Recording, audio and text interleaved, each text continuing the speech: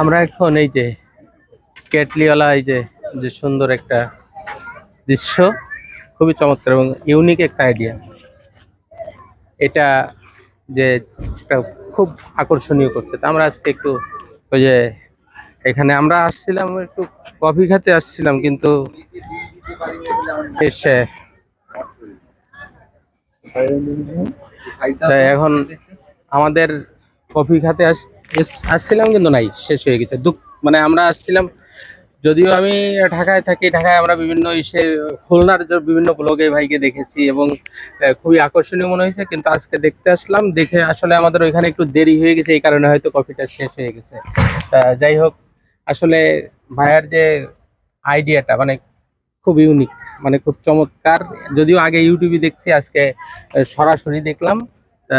ভাই এসে আপনার এই যে এই ধারণাটা কিভাবে মাথায় আসলো, নেন আপনি একটু এটা কথা বলেন দূর থেকে। আসলেই এই ধারণাটা আসছে, আমি ছোটবেলা থেকে পড়াশোনা করছি কম, কিন্তু চা নিয়ে গবেষণা করছি অনেক বেশি।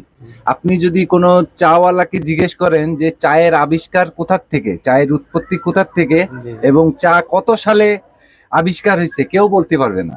কিন্তু আমি বলতে পারবো, কারণ আমি চা নিয়ে অনেক গবেষণা করছি, চা নিয়ে পড়াশোনাও করছি। হ্যাঁ, এবং চা হচ্ছে মহা ঔষধ। চা খেলে কিন্তু মানুষের শারীরিক অনেক উপকার হয়, কিন্তু বর্তমানে যেইগুলো চা খেলে মানুষের গ্যাস হচ্ছে, অনেক প্রবলেম হচ্ছে। আসলে আমি চা ঔষধ হিসাবে বানাই। আমার চায়ের যদি স্বাদ নিতে হয়, আপনি খুলনা খালিশপুরে চলে আসবেন, এবং এই জায়গার নাম হচ্ছে আশার আলো রিভার ভিউ পার্ক। আমার অনেক দিনের ইচ্ছা যে আমি বাংলাদেশের মানুষকে খুব সুন্দর এবং সুস্বাদু একটি চা খাওয়াবো। সেই থেকেই এইটাই আর কি কেটলির আদলে চায়ের দোকান করেছি। মানে আপনার মাথায় আসলো কিভাবে যে আপনি এরকম একটা ইউনিক আইডিয়া, আমি তো যখন চা নিয়ে ভাবি তখনই এইটা মাথায় আসে যে আমি কেটলির আদলে একটা চায়ের দোকান করব। আমি একজন ছোটখাটো আর্টিস্ট, খাতা আর পেন্সিল নিয়ে বসছি, কেটলিটা আঁকালাম, আঁকানোর পরেই এটার বাস্তবায়ন শুরু করি। আসলে মানে যে চা যে কেটলিতে গরম করা হয়, জি, তা ভাই সেই কেটলি করে সেই সেখানে বসে আছে, সেখানেই চা বিক্রি করতেছে। এর ভিতরে কিন্তু ছোট কেটলি আছে, জি, ছোট যে কেটলি গুলো আছে, কিন্তু বড় কেটলি উনি বসে থাকার জন্য। তবে ভাইয়ার আইডিয়াটা খুব পছন্দ হয়েছে এবং খুব ইউনিক। আর এটা আসলে আমাদের খুলনা, আমি এখানে থাকি না, ঢাকায় থাকি। আমি আগে ইউটিউবে বা বিভিন্ন ব্লগে দেখছি, কিন্তু আজকে এসে হঠাৎ মনে হইলো যে এখানে একটু ঘুরে যাই।